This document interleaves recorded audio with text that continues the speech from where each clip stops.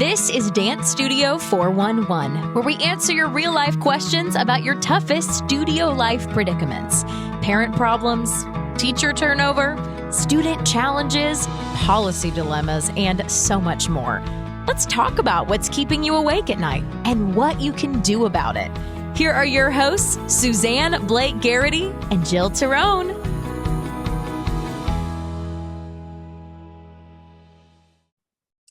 Well, welcome everyone to this episode of our Dance Studio 411 podcast. Our special guest today is Josh from Dance Recital Ticketing. And Hey. Josh, yeah! You can't see us, but we're having fun here, catching up on all the industry news. And gosh, Josh and I go back many years because I've used his Dance Recital Ticketing, a wonderful service, to sell tickets at our own studio recitals throughout the years. And gosh, we've never seen times like this before, Josh. And so I'm just excited for you to be here today. And I'd love for you to introduce yourself to our listeners. Well, hey, Suzanne. Well, I'm also excited to be here as well. It's been definitely a rocky climb back up from mid-May or mid-March to where we are now, and looking very much forward to things returning to normal at some point in time. But we've been in business selling recital tickets since 2012, and we started slow back in those days. I think we had 7 studios the first year, and we grew and we changed and we responded to the industry what they needed. And this has been an interesting year because it's presented a lot of new challenges. And as we look at those challenges and we listen to what the studios need, we've discovered that there's a lot more to be done in this industry. And we've responded and we've built things. And so far, we're getting a very positive response from the studios that have used our updated services. And we're seeing a lot of tenacity and a lot of resilience in studios that just a few months ago were saying, oh, we're done. I can't do this another day. And then we get a call from one that says, hey, we have a show coming up. Our venue is letting us have 50 people in the venue, including the dancers. And I'm like, so what are you doing? And they said, we're going to find a way to make this work. Yeah. We're going to have 200 shows. Well, not really, but close. Yeah. we're going to have 20 shows and we're going to have 10 families in there per show. And it's just like, my mind is blown about the way that these studios creatively attack what's in front of them and solve it. Yeah. They come up with solutions that I think are just incredible. My mind is blown on a daily basis. I'm so excited for the industry. Yeah. And I know that we're going to get over this. And I'm just, yeah. It's awesome. Well, no, and we're going to dive into that today. I know that when we invited you, I was so enthralled with this innovative solutions you're providing studios, especially because we've been working with our members over the last couple of months of, how do you reimagine a show? Whether that's you hosting an in-studio performance, you're recording a show, you're doing it at an event, venue, could be outside, could be at a special hall, maybe everything outside of our traditional theater, but also the theater as well. So I know today we're going to kind of dive in on some tips you have for our listeners around how to monetize these virtual performances, because frankly, you and I both know, Josh, a lot of our revenue at the studio was tied to ticket revenue and performances, and boy, that has been hard to swallow. So, give us some tips we're going to get into on how to monetize a virtual show. And then you have your own little innovative tool on this whole social distancing in theaters and space. So I'm going to let you kind of start out on, where does a studio owner go first to determine what their state or local area would be around spacing at shows? Like, where you have a good resource for that? Yeah, we do. We looked, I had my team go out and find all of the different state websites that covered the COVID group restrictions and policies. And we ended up stumbling on an AARP website that had all of this information in plain English, as well as comments about when the laws were enacted, when they might change, what they currently are, what the mindset of the government is in that state. And I believe that link will be available as part of the information. So, yep, we're going to put that in the show notes for sure. So that was a great start. The tool. Yeah, that's where I would tell anybody to go to start looking at information, because you have to understand what your restrictions are because you want to stay within bounds. You also need to talk to your venue because they also might have specific guidelines that exceed the limitations of the region that you're in. Exactly. So start with your local rules. You have a great website. We'll link in the show notes. And then you got to go to your venue and see what they're saying. So maybe we can dive into, of course, studios have their own facility, usually their own studio. They can possibly host a show. Can we talk a little bit about what you've been noticing about virtual performances? There's so much to say. We could probably do a day on this, but maybe you could start with some tips on where a studio would go when they're thinking about, okay, we're going to do this virtually and we need to sell tickets. Okay.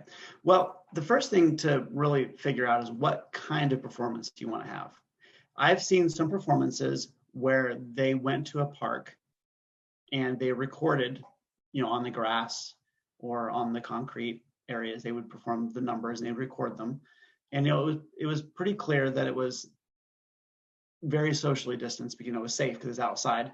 And they would bring in a nice camera to record those.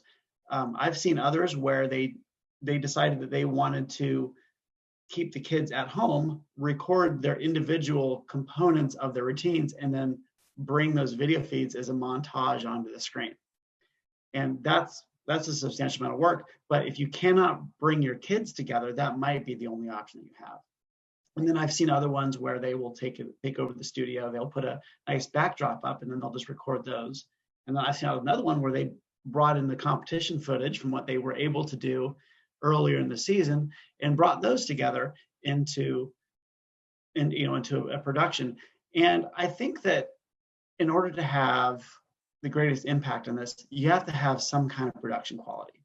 And I know a lot of studio owners are very adept at iMovie and other such productions, but I do believe that bringing in a videographer that is willing to edit, put together, the transitions between the scenes and put in your title cards and whatnot, I do believe that's going to produce the kind of product that you can sell in multiple different ways.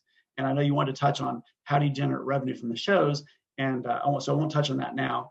But I do believe it starts with getting your concept in mind, and then finding the people, that production crew that can put that together for you. Yes, exactly. Well, and you have some great tips about live streaming. We get so many questions about this on our Facebook group for our members, and we've really helped them with the live streaming functionality of dance classes. But you have some great warnings as an expert, having seen this, about before you proceed with thinking a live streaming show is the way to go. Oh, absolutely. There's a couple of issues with live streaming that you need to be careful with. Now, when we describe live streaming, we're not thinking about producing a pre-recorded event and then at some point in time hitting play where everybody has to watch it at a certain time. And that would be pre-recorded live stream. But if you want to do a live performance live stream, which means that you have people up on stage, you've got a camera pointed at them, it's then sent over the internet, and people are watching it in real time. Some of the concerns we've had with that are the internet connectivity at the location. If you're outside, you're probably running off of a cell phone. You might have problems with your cell phone service. If you're in a venue, such as an elementary school or a middle school or a high school, you may not have access to be able to stream through the school district's network, so you might be relying on a hotspot. That might not be very consistent. If you're at a professional venue, you might be better off because they might be able to give you access to an internet connection. Then they also might say, well, you need to have certain camera crews in there. And then it's up to your video production company. Do they have the technical capabilities to do this? Making sure that the lighting's not blown out, making sure that the audio is synchronized correctly. They've got one shot at it when it's live. Yes. You don't get a redo.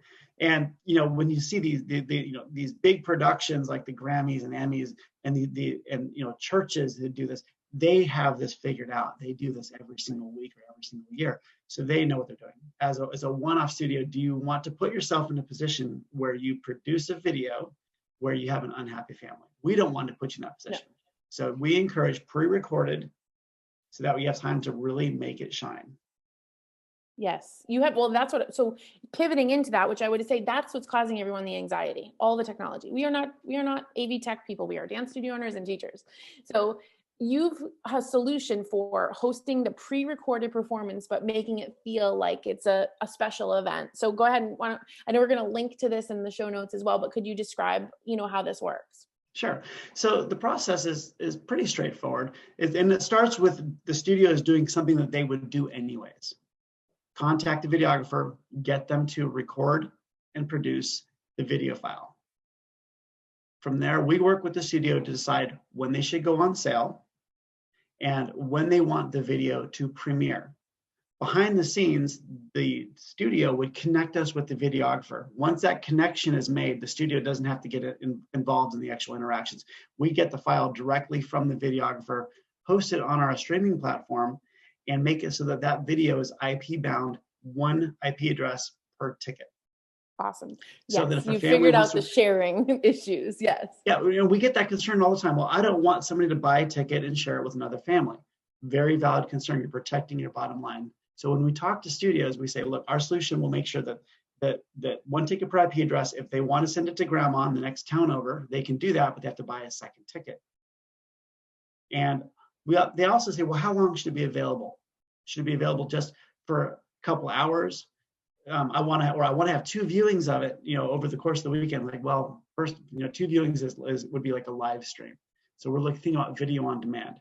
The beautiful part about video on demand is if they want to pause it and rewind it, they can do so. That way they don't miss little Susan dancing and then want a refund because they missed it because they went to the bathroom at the wrong time. Yes, right there. I mean, you just nailed it, right? You've thought of all the things.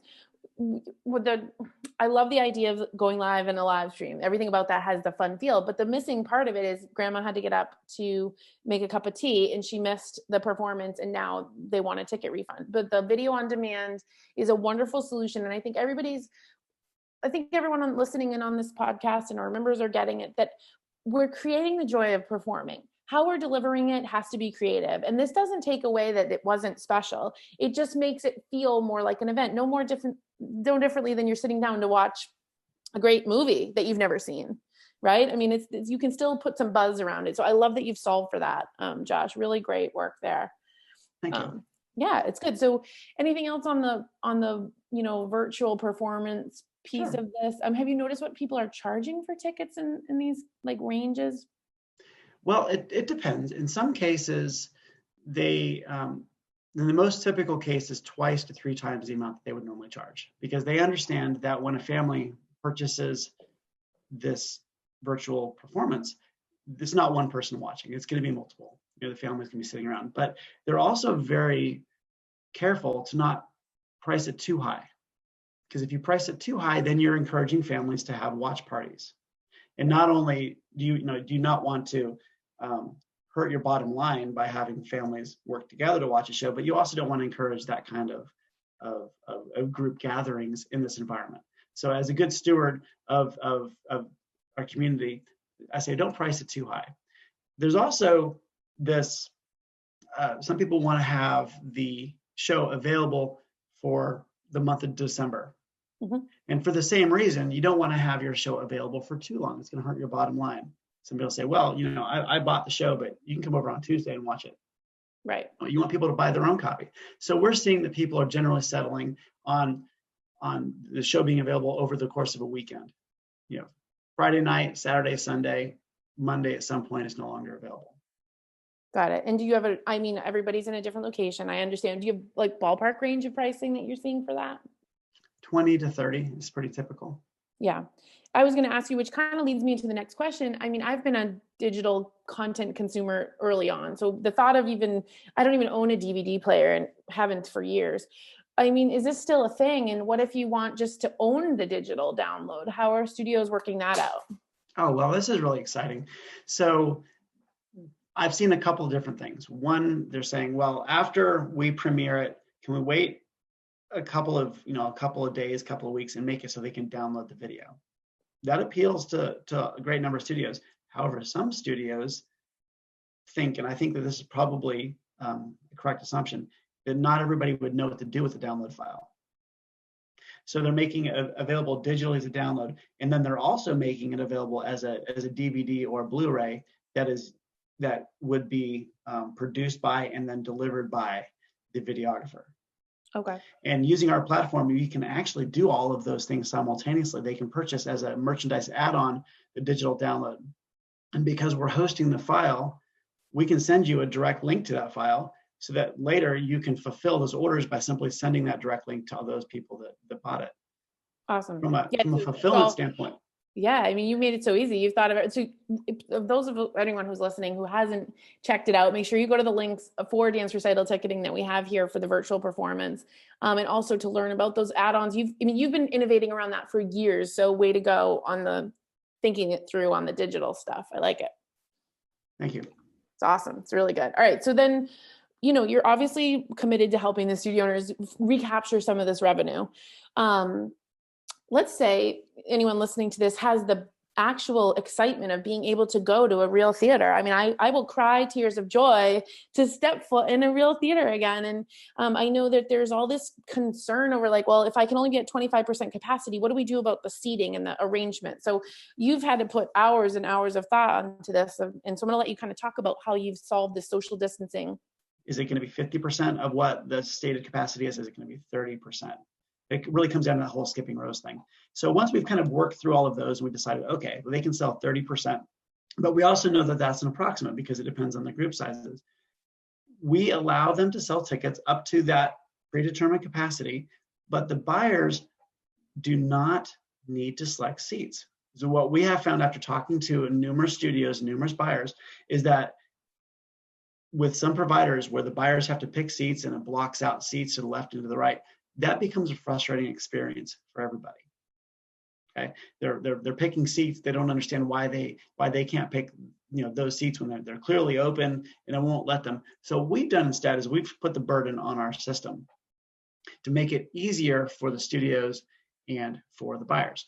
So the buyers simply select a number of seats that they want, and our system, of course, makes sure we don't oversell. And then at a future date, when the orders have rolled in and we understand if we've got lots of large groups, lots of little groups, once we have those, we can most efficiently pack the venue using whatever the rules were from the venue and from the studio, and also with whatever overrides that the studio wants to have. They might have a VIP family that maybe didn't order early, but they still want to place in front. So we can go ahead and make those placements in front and then put everybody else around them. That's so awesome. We can make sure, and then after that, all of the seats are then issued out as tickets to say, here's now your new assigned seat. And if after we place people, we decide that we can place a few more, we'll adjust capacities and reopen sales. That's amazing. So on your social distancing with Dance Recital Ticketing solution, which is awesome, if someone's listening to this now, they could reach out, and of course, you have a little demo for this, or you have a way to, you kind of describe it nicely. If someone wanted to give you their seating chart and say, hey, help us understand how you do this, would you be able to get on the phone with them and talk it through? Oh, absolutely. It's not just a form you fill out. You're going to get to talk to a real human being and make sure that your solution is catered and optimized to what you're trying to do. Awesome. So, I mean, I think, 20 minutes goes by really fast here with you. I think what I would say to anyone who's thinking, oh gosh, I don't know what to do if my theater is allowing me only 25% capacity or 50, is just to reach out to you guys and say, it seems like you've solved all the problems. You've gone everything from virtual to pre-recorded to, the whole 9 yards. I think you have so much optimism for our industry, Josh. And I love that about you, because you have not thrown up your hands and said, forget it, we can't perform anymore, so come back when everything's normal. It's not going to go like that. You guys have found a way through. And so that's why we're here talking with you and having our listeners. I'm going to make sure that everyone has the links from the show notes, but what's the best way for people to get in touch with you? Like what's the best first starting point? Well, we love talking to people on the phone. So just give us a call at 706-550-1416, press option 3, and you'll be connected with the real person. We are Eastern time, so up to about 6 p.m. Eastern. So that's 3 p.m. for you Pacific Coast people. There also is a form on our website. You can provide your show information. We will follow up with that with additional questions. That's awesome. Well, thanks, Josh, for being here today. And I hope that this podcast once again helps you keep your passion for dance alive as you run and grow your business. And here's to a future with lots of variety in performance and stage opportunities.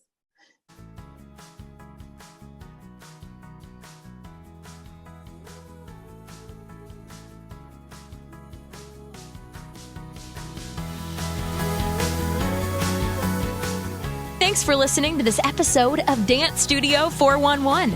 Visit us online at dancestudio411.com for more great resources and to submit a question for a future episode.